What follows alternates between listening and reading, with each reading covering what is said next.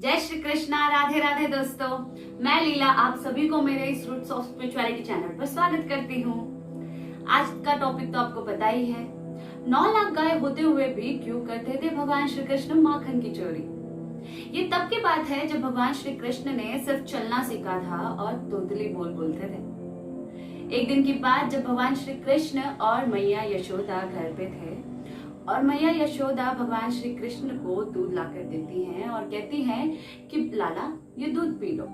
तो श्री कृष्ण कहते हैं कि मैया आपको तो पता है कि मुझे ये दूध नहीं भाता है, मुझे तो माखन पसंद है, आप माखन क्यों नहीं। फिर मैया कहती हैं कि देखो लाला, अगर आप दूध पी लोगे तो आप बलवान बनोगे, शक्तिमान बनोगे, आप जल्दी बड़े हो जाओगे, आपका दिमाग भी तेज हो जाएगा। पर श्री कृष्ण कहते हैं कि नहीं मैया, मुझे दूध नहीं पीना है तो नहीं पीना है। तो श्रीमती यशोदा मैया जो है अब कहती है कि यदि आप ये गोरा दूध पियोगे तो आप गोरे हो जाओगे बलदाऊ भैया जैसे। तो श्री कृष्ण जैसे ही सुनते हैं कि बलदाऊ भैया जैसे मैं गोरा हो जाऊंगा, तो भगवान श्री कृष्ण फटाक से दूध। इनकी बातें एक गोपी खिड़की से सुन लेती है और उसके मन में ये इच्छा प्रकट होती है कि कृष्ण को माखन पसंद है तो मैं भी माखन बनाती हूँ, तो क्या कृष्ण मेरा माखन पाएंगे। तो उसका जो वो इच्छा था वो बहुत ही प्रबल था, उसकी वो बहुत ही प्यार से, वो प्रेम से कृष्ण को माखन खिलाना चाहती थी। पर फिर बाद में उसके दिमाग में ये बात आती है कि जो 9 लाख गाय है जिनके पिता के पास, जिनके घर में ना दूध ना दही ना माखन की कमी है, वो लाला मेरे घर आके माखन पाएगा, वो भी मेरे हाथ का बना। ये तो असंभव है। ऐसे उदास होकर ये गोपी अपने घर जाती है और इस गोपी के मन में ये भी बात आती है कि जिनके घर में 9 लाख गाय है, ना दूध की कमी है, ना माखन की कमी है, ना दही की कमी है, वे कृष्ण मेरे घर आके माखन पाएंगे। तो ये सोचती है कि ये तो असंभव है और इसी उदासी के साथ ये अपने घर जाती है और माखन बनाती रहती है, यही चीज सोचते हुए कि काश कृष्ण आते, काश लाला मेरा हाथ का माखन खाते। अब देखिए, हमारे मन की बात हम किसी से छुपा सकते हैं, किसी को नहीं बता सकते, बट भगवान से कोई कुछ छुपा सकता है क्या। भगवान श्री कृष्ण तो सभी के हृदय में परमात्मा रूप में विराजमान है। तो भगवान श्री कृष्ण जानते थे कि ये गोपी बेचारी निराश होकर गई है। अब देखिए, जो किसी के लिए घर से बाहर नहीं निकले, वो कृष्ण आज उस गोपी के लिए घर से बाहर निकले। ये धीरे धीरे चलते चलते उस गोपी के घर की ओर गए। जैसे ही कृष्ण दरवाजे पर पहुंचे, ये गोपी को पायल की आवाज आ जाती है। जब ये जैसे ही मुड़कर देखती है कृष्ण, ये एकदम दंग रह जाती है और फटाक से एक खंबे के पीछे जाके छुप जाती है। जैसे ही ये छुपती है, कृष्ण देखते हैं कोई मुझे देख तो नहीं रहा है। फिर क्योंकि भगवान श्री कृष्ण ने पायल पहना था, तो श्री कृष्ण धीरे धीरे धीरे धीरे अपने चरण रखते हुए उस गोपी के घर के अंदर जाते हैं। जैसे ही वो अंदर जाते हैं, फिर से आजू बाजू सब जगह देखते हैं कि कोई मुझे देख तो नहीं रहा है।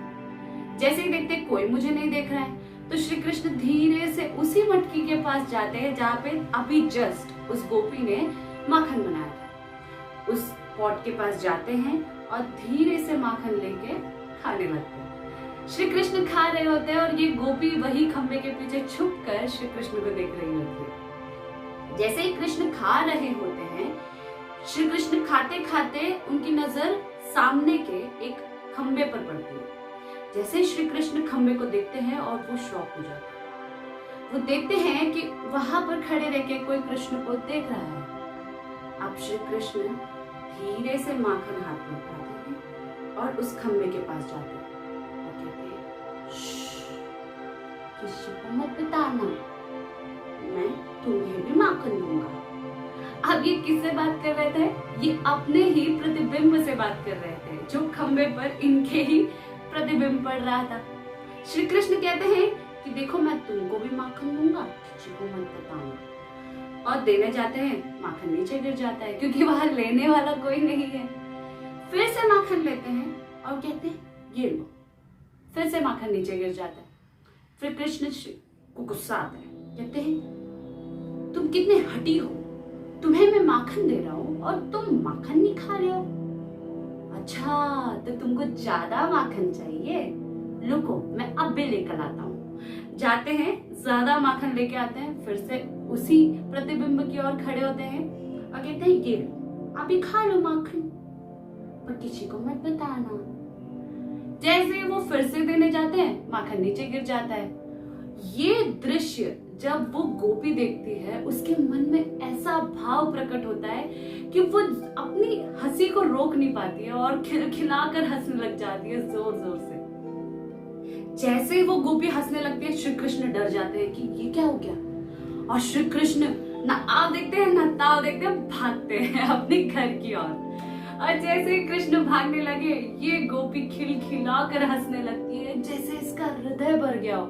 ये इतनी आनंदित हो जाती है। देखिए, हम जब नॉर्मल इस दुनिया के बच्चों को देखते हैं, कितने प्यारे होते हैं बच्चे, तोतली बोली बोलते हैं, जब धीरे धीरे चलते हैं, हम कितना प्रसन्न होते हैं। ये तो अखिल ब्रह्मांड नायक, जो सर्वाकर्षक है, जो सभी को आकर्षित कर ले, ऐसे भगवान श्री कृष्ण, एक तो छोटा सा रूप और ऐसी लीला। इस गोपी का मन नहीं भर रहा था और ये हंसे जा रही है, इतनी हंसने लगी कि आसपास की गोपियां आई और पूछने लगी कि अरे सखी, तुझे हुआ क्या है, तो इतना क्यों हंस रही है। और ये अपने आप की हंसी रोक ही नहीं पा रही है और हंसे जा रही है, बस हंसे जा रही है।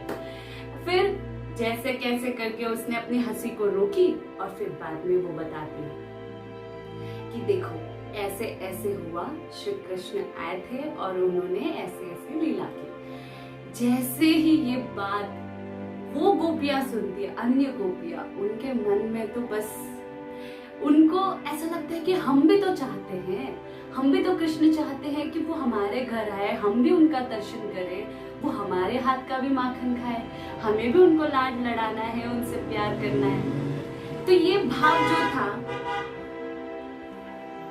हम भी लाड लड़ाना चाहते हैं श्री कृष्ण को। ये जो भाव था गोपियों का, ये भाव पूरे वृंदावन में फैल गया, क्योंकि भगवान श्री कृष्ण से सभी प्रेम करते थे, क्योंकि भगवान श्री कृष्ण थे ही इतने क्यूट। जैसे ही ये इच्छा बढ़ने लगी सबकी, वैसे ही श्री कृष्ण सभी के घर में जाके माखन चोरी करके खाते थे। ये उनकी लीला थी, क्योंकि वो मांग के नहीं खाते थे। देखिए, आपके घर में आप खुद अमीर हैं, आप दूसरों के घर में जाके कुछ मांगोगे क्या? नहीं मांगोगे। ये तो उनका भाव था जो भगवान पूर्ण करना चाहते थे। वो जो मातृत्व का भाव था गोपियों में कि उनको खिलाना है अपने हाथों से बना हुआ माखन। इसलिए श्री कृष्ण इतना माखन का भंडार होते हुए भी अपने घर, फिर भी वो गोपियों के घर जाके माखन चुरा के खाते थे। ये थी माखन चोरी के पीछे की गुह्य लीला और गुह्य रीजन। ये किसी को नहीं पता है, ये बहुत ही सीक्रेट है, बहुत कम लोग इस बारे में जानते हैं। तो देखिए, नेक्स्ट टाइम अगर आपको कोई कहे ना कि आपके भगवान तो चोर हैं, माखन की चोरी करते हैं, तो सीधे सीधे बोल देना कि माखन की चोरी नहीं करते, वो तो गोपियों का भाव था जो कृष्ण पूर्ण करते थे। ठीक है, तो मिलते हैं अगले वीडियो में, तब तक के लिए राधे राधे।